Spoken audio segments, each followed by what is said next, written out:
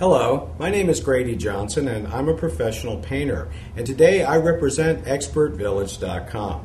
Okay, we've gone ahead and cut in these walls. Now we're ready to roll. Now when you are rolling, a few things you do want to keep in mind. First of all, never touch up on the ceiling with your wall paint or it's going to show. No matter what, it's going to be a different color than ceiling white, and that's going to come right through. So you want to cut down far enough so that when you roll, you're not going to knock up on there. So that's one thing you've got to always be careful of. Also, whenever you're rolling next to a surface you need to keep clean, go real slow. That way it won't throw flakes that are going to roll out on you. And most importantly, be sure that it's dropped very well with double thick drop cloths to allow for the thicker drops. And put that right up next to your baseboard without having it roll over onto the wall, which has already been painted when you cut it in.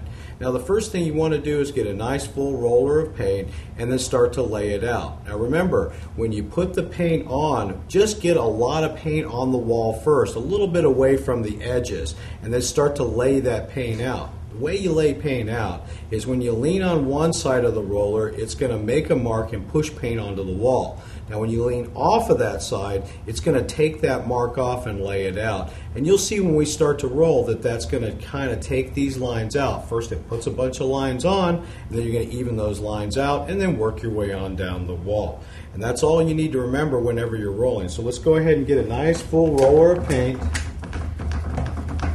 and then go ahead and put that up there. Don't be afraid to get more paint. Remember, the only time you really got a problem is if you let this roller dry out on you. Keep the roller wet and you won't have to work too hard. Now here I'm up next to some kind of tricky surface, so I want to go a little slower. You see, I'm just keeping it nice and slow to prevent any accidents. Alright, that's got my texture I'm looking for, so I'm just going to roll it on down the wall. Now I'm up away from everything, I can really start to move.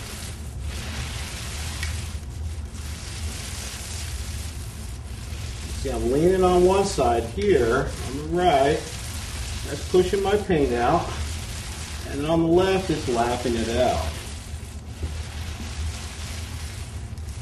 Now you don't really want to roll down on the baseboards either. That gives it kind of an alligator hide you're not really looking for. Now if you work in this way, pushing it out on one side and laying it off with the other, then you're going to be able to get a nice even coat all the way down your wall.